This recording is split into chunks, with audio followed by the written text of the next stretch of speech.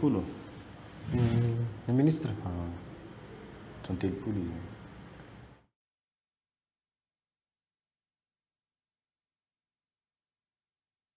Ahoana na inoko hoe tapitra Généry? Ahoana na inoko hoe tapitra?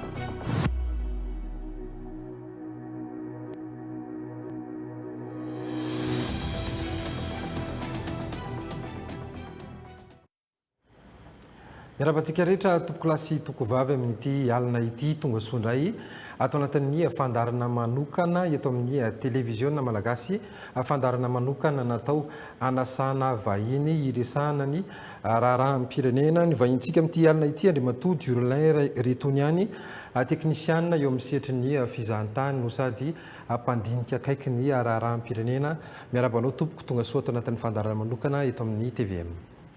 Voalohany indrindra miarabanao namana Girardo mankasitraka teo amin'ny fanasana. Miaraba ihany koa ny teknisiana ao ambadimbadika ao mikirakira ny lafin'ny teknika ary tsy adino isika vaoaka malagasy melipatrana manerana an'izao tontolo izao izay manaraka nyity fandarana manokana ity manasanao hatrany anaraka nyity fandarana ity hatramin'ny farany. Araka ny nolazaiko teo, teknisiana eo amin'ny setry ny fizahantany ianao iresaka mahakasika an'izay fizahantany izay isika rehefa avy eo fa anomboantsika ny fandarana aloha ndao iresadresaka mahakasika ny raharaham-pirenena. Herinandro izay no nitsanganan'ny gouvernemanta vaovao araka ny efa fantatsika misy ireo olom-baovao izay mandrafitra ny gouvernemanta, nisy ihany koa ireo minisitra izay voatazona hitantana indray ny departementany. Raha ny fijerinao ny firafitry ny gouvernemanta amin'izao fotoana izao manao ahoana? Ia, alohan'ny amaliko an'izay namana Girardo mamela ahy aloha hiarahaba ny ireo mpikambana mandrafitra n'izany gouvernemanta zany ary mirahasoa azy ireo aleo alasana amin'ny andraikitra sy adidy eto amin'ny firenena. Faharoa manaraka an'izay dia mankahery ihany koa ianao mpianatra teny Ankatso 2 izay nahitana haitrano ary hitantsika moa zany fa nandray andraikitra avy hatrany ny fitondram-panjakana zany nidina teny Antoerana satria nahitana mpianatra teo amin'ny 5-telopolo angamba raha tsy diso azy zay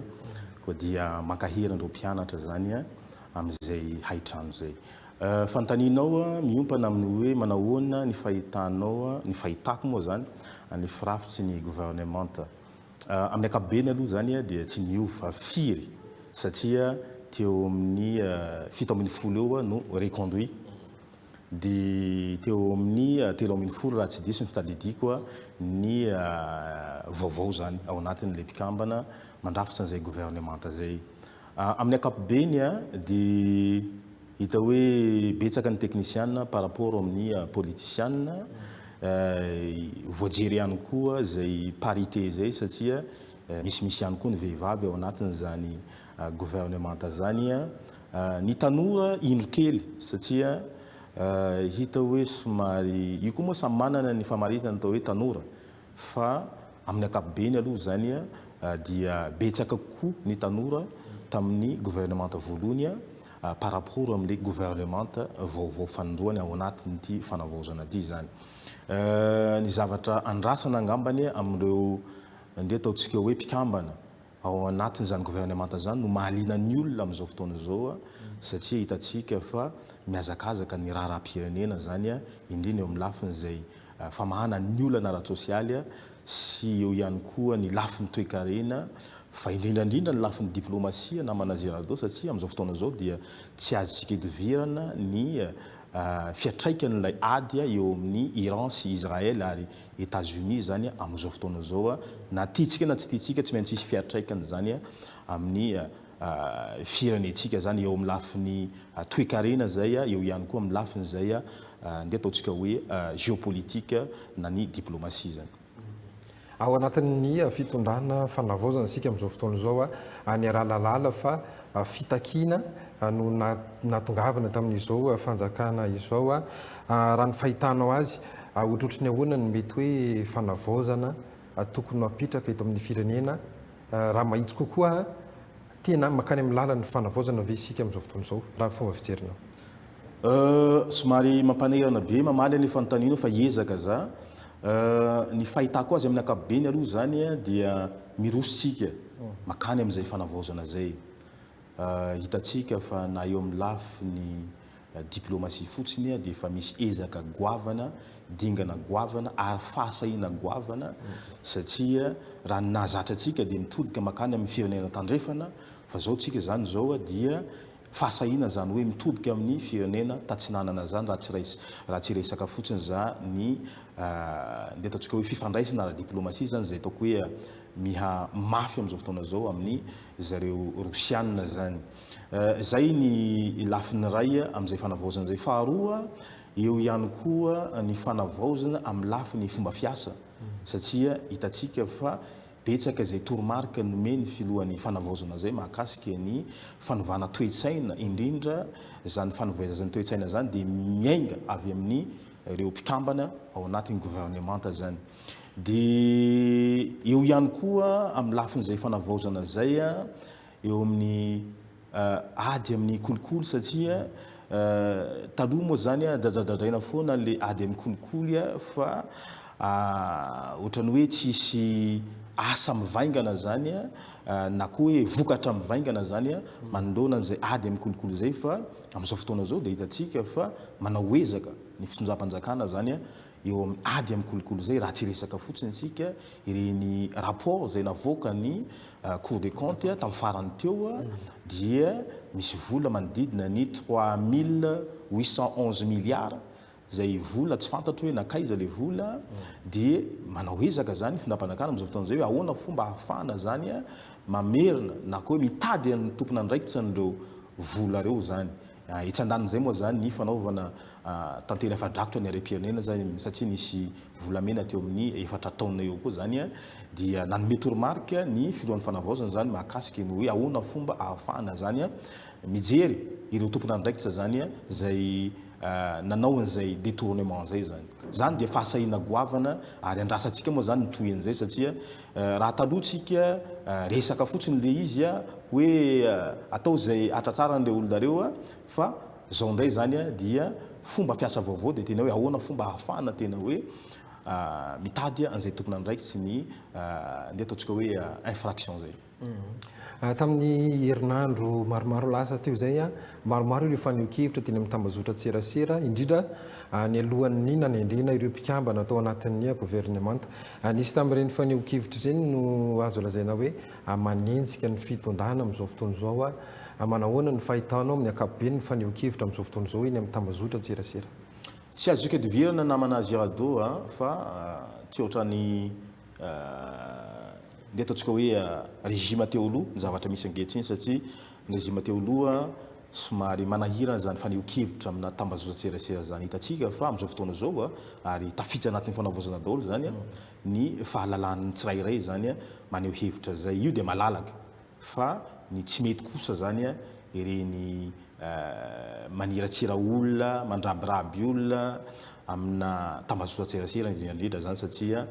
natitsika na tsy titsika dia ray aman-dreny eto amin'ny firenena tompona andraikitra eto amin'ny firenena reny. Raha ny tena ianao hoe betsaka ireo fanakianana sy ndeha atao hoe tsikera tena amin'ny tambazotra tserasera zany amin'ny mikasika ny fomba fiasan'ny tompona andraikitra zany amin'izao fanavaozana zao. Misy dia misy reny ary raha tsy diso be dia be ny ndeha ataontsika hoe vidéo na sary mihetsika ny paritaka zany teny amin'ny tambazotra tserasera. Izy iny araka ny voalazanao teo dia à la veille ny formation ny membre du gouvernement. Zavatra ohatran'ireny matety pitsanga mba ahafahana ndeha ataontsika hoe mivéhiculer na mibasculer ny opinion publique zany amin'izay tiana hitondrasana azy dia eo lay ilana nylay nde ataontsika hoe capacité de discernement na fahafahana nde ataoko hoe manavaka ny vasy sy ny siparofazy zany manoloana ny information zany zay aparitaka n'olo amin'ny tambadrotra serasera koa eto a zany dia tesarika ny sainy malagasy tsirairay zany mba tena hanao zay capacité de discernement zay zany hanana zay capacité de discernement zay na koa hoe mahay manavaka ny information marina sy ny information tsy marina zany aparitaka n'olo amin'ny tambadrotra serasera satria raha ohatra ka information tsy marina le izy nefa manaraka an'izay zany akabeazan'ny olona dia ataoko angambany fa zava-doza ao amin'ny firenetsika zay ka amiko zany tokony isy fepetra ihany koa zany raisy ny fitondram-pandrakana zany mahakasika ny zavatra reny satria raha ohatra ka tena atao anatin'ny fandikan-dalàna naovan'izy ireny zany dia raha ny sitsiny zany raha ohatra ka mandray mesure zany ny tompona andraiki-mpanjakana. Araka ny nambarako teny am-piandohan'ny fandarana teknisianina mahakasika ny setrin'ny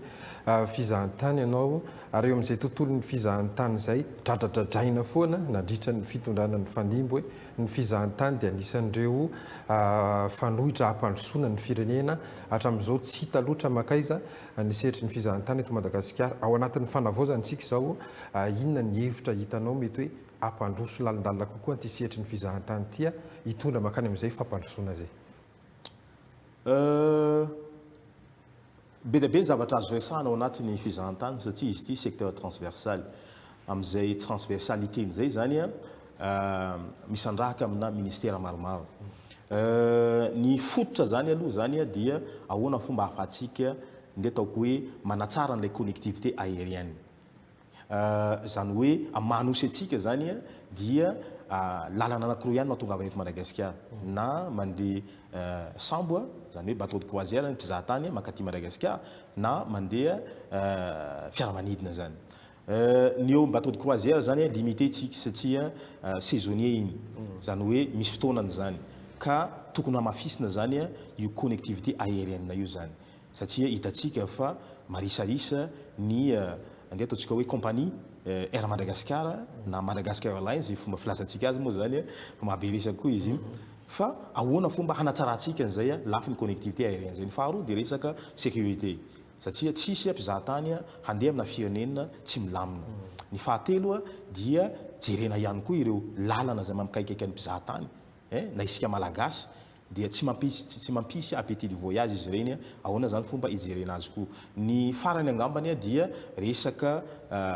fanatsarana ny kalitaon'ny formation zany satria rehefa tonga eto ireo mpizahatany reo dia mila olona professionnel handray azy manomboka ny vato mandra-pialany ny vato koa zany satria zay souvenir hoentin'izay raha ohatra ka tsara dia ataoko angambany fa manampy atsika zay amin'ny promotion destination Madagascar. Zay zany olana en général fa amin'ny olana en particulier koa zany dia eo amin'izay promotion destination Madagascar. Ny olantsika zany dia be dia be loatra le produire Madagascar fa ahoana fomba zany ahafahantsika nde ataontsika hoe manasongadina produit anankiray zany eto Madagascar dia ahafahantsika misaraka mpizahatany zany tonga eto Madagascar. Ny ahy zany dia soskevitra nomeko hoe ndao tsika tady produit anankiray dia io moa zany efa natsipiko mbenimbeny dia hoe Madagascar dia manana nde ataontsika hoe espèce amin'ny resaka vorona zany betsaka.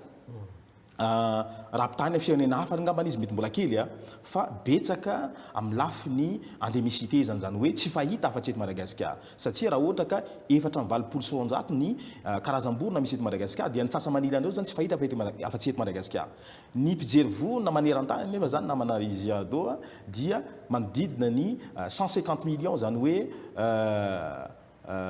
150 millions 50 tapitrisa ny isam-mpizahatany manao fizahana vorona zay maneran-tany. Zany hoe raha maka ataontsika hoe 1 million na 2 millions ao anatin'izay zany tsika ho tonga eto Madagasikara dia efa zava-dehibe zay ary ny tombonao tsika amin'izay fotoana zay ny resaka bird watching na fijerena vorona zany dia anisan'ny produit haut de gamme. Dikan'izay zany olona mpanambola no akaty Madagasikara amin'izay fotoana zay ary hanao fandaniana betsaka satria ny mpizahatany mijery vorona anankiray dia mandany eo amin'ny $3000 eo zany. Ka raha ohatra zany mahasarika mpizahatany amin'ny fijerena vorona zay tsika da hoe ray tapitrisa fotsiny satria zay ny tanjona napetraky ny finjaham-panjakana amin'izao fotoana zao zany zany hoe anatratra n'ilay ray tapitrisa amin'ny fiafarany taona 2024 ampitombona $3000 dia efa vola be zany zay zany a no ndetako hoe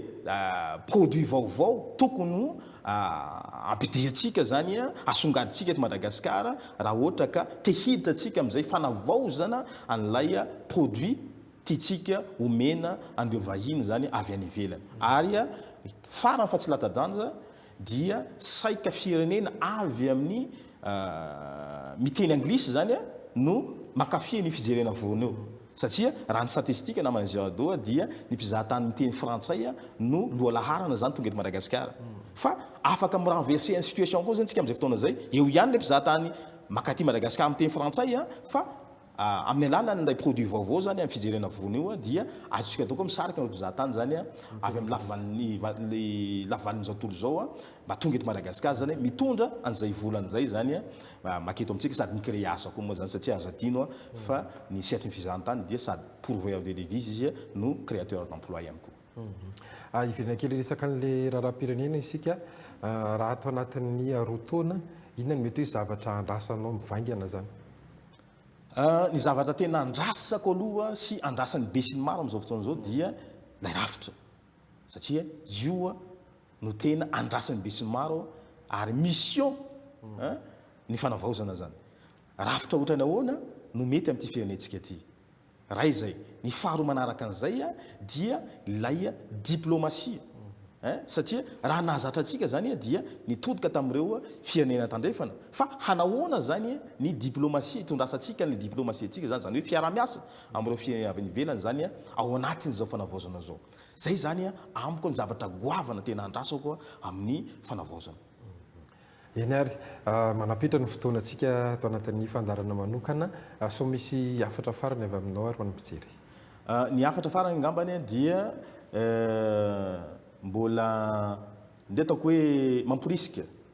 mamporisika ny tompona andray mpanjakana ao anatin'izao fanavaozana zao satria misy mission zay nandrasany vahoaka aminareo mpitondra zany dia zay mission zay no tokony ndetako hoe ifantohana bebe koa zany satria na tiatsika na tsy tiatsika ny politika maneran-tany fa indrindra ny eto Madagasikara zany dia tsy maintsy misy foana ny ndetako hoe fanakianana ny fanakianana koa tsy midika hoe ratsy fa azo atao tsara ny mandray azy ireny mba ahafahana zany manatsara bebe koa an'izay nde ataontsika hoe mission sy ahafahana nde ataontsika hoe manosika bebe koa makany amin'izay lalany fanantanterahana ny hitahitam-bahoaka zay ngambany no teny farany ho dia mankasitraka nareo tato amin'ny TVM nandrainay ao anatin'izao fandaharana manokana izao.